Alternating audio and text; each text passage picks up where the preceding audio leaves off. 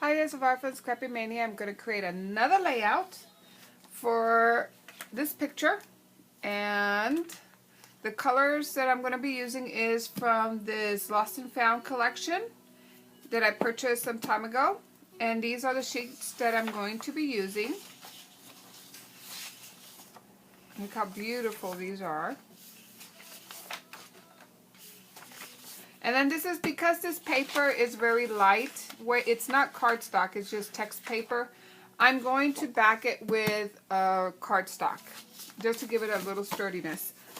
My design is I'm going to use this.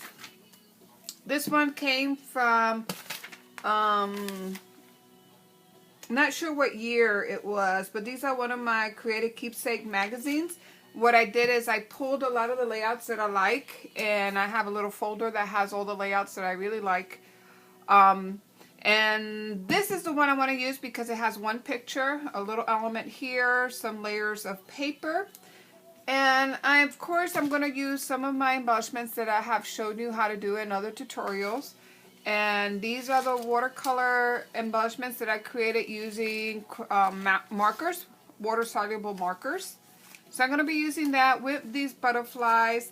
I am going to be using these flowers that I created also in one tutorial. And I will put the links for all these tutorials in the description box. So I'm going to use that. I'm going to use this also, somehow embed it in there. This is another tutorial that I show you how to create these tulle flowers or jute, these jute flowers. And I may or may not use this. This is embellishment that I created with a paper pad that I cut out the hearts and then I layered it with a lot of foam adhesive to give it that dimensionality. And I think that's pretty much it. So I'm going to speed up the video and hopefully you like this tutorial. Now I'm going to go ahead and pick one of the papers that says Beautiful Charming right on top and with a lot of swirls right on the top. And I'm going to kind of change it because Beautiful Charming does not really go with what I was hoping for this layout, the theme of the layout. But I do use a stamp and I change it from Beautiful Charming to Beautiful Adventure. So, and that's an easy solution when you like the paper, because I do like the color. I do like the swirls. It's just maybe the wording is not quite right. You can always change it up with a stamp or stickers. Here I'm going to cut that piece out of the paper, that little journaling spot, and I'm going to layer that on my layout. And here I'm just going to double matte my pictures. Now this picture was my officer training school when I graduated in 1989, and I had it in a box for a while. Actually, it was one of the pictures I sent to my mother, and I found it, so that's why I want to scrap it and put it in my album. So I'm using the tool that you see me using right now is actually the Perfect Layers, and it's a perfect tool to kind of get even spacing between all your mats. And I really, really like it. I've been using it a lot lately. And then it needed something like an antique kind of feel to it. So I decided to use these photo corners. Now, I did not want to use my fancy photo corners. I just wanted plain photo corners. So you take a square and you just cut it in half on an angle. And you place that on your pictures. And it makes a perfect photo corners for your pictures. And I thought that gave it just what I needed. Now I did place those layers there, but then it needed something because I do use brown for the photo corners, and as you can notice, there's some dark brown on the journaling. But all the other colors that I have in this layout, it's very subdued. It's kind of light. It's not very dark hues, and the only dark hues you see is in the journaling and on my photo corners. So once I start laying all the layers down and my embellishment, in a moment I'm going to use one of my edge punchers, the ones that I bought from Tuesday Morning in one of my hauls, and I'm going to cut a scallop for that. And these are the knockouts from EK Success, and I just got that at Tuesday Morning.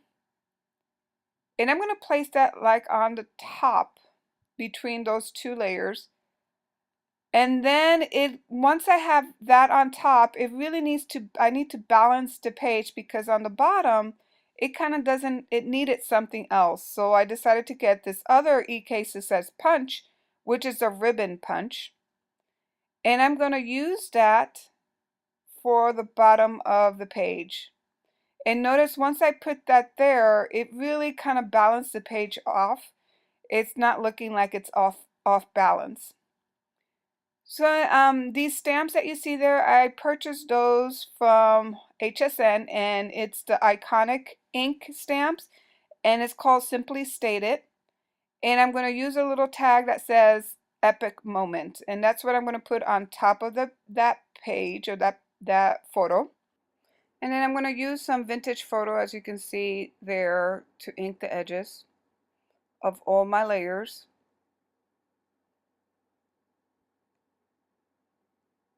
And I'm going to place that kind of in the middle of my page.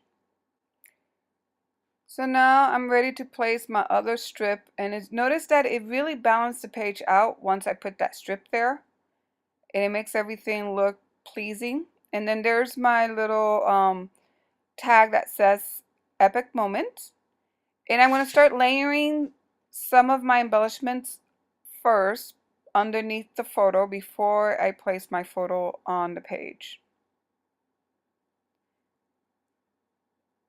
Now I'm using some foam dot because I really want to bring that page up, and I cut some of the flowers because I wanted to leave a space in the middle of that picture. And in a moment, what I'm going to use is, I found a little tag, square tag, and I'm going to write my MIMSO 1989, because that's the officer school that I went to in the Air Force in '89 for medical officers, were military indoctrination of medical service officer, and that's the officer school at that time, and the abbreviation was MIMSO. So that's the little tag that I'm gonna place between my flowers.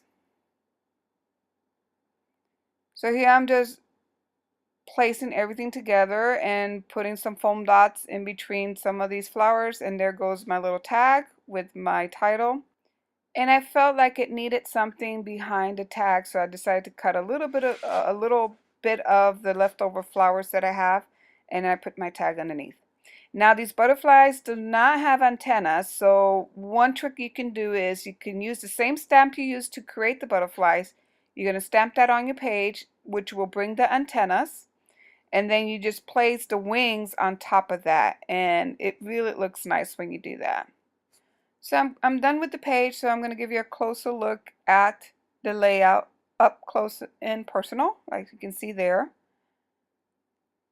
And I really liked how this looked. I love the flowers, these watercolor flowers that I created with just washable markers. So I hope you like this tutorial, and I've given you some ideas that you can do for your own layouts. And thank you for watching. Bye now.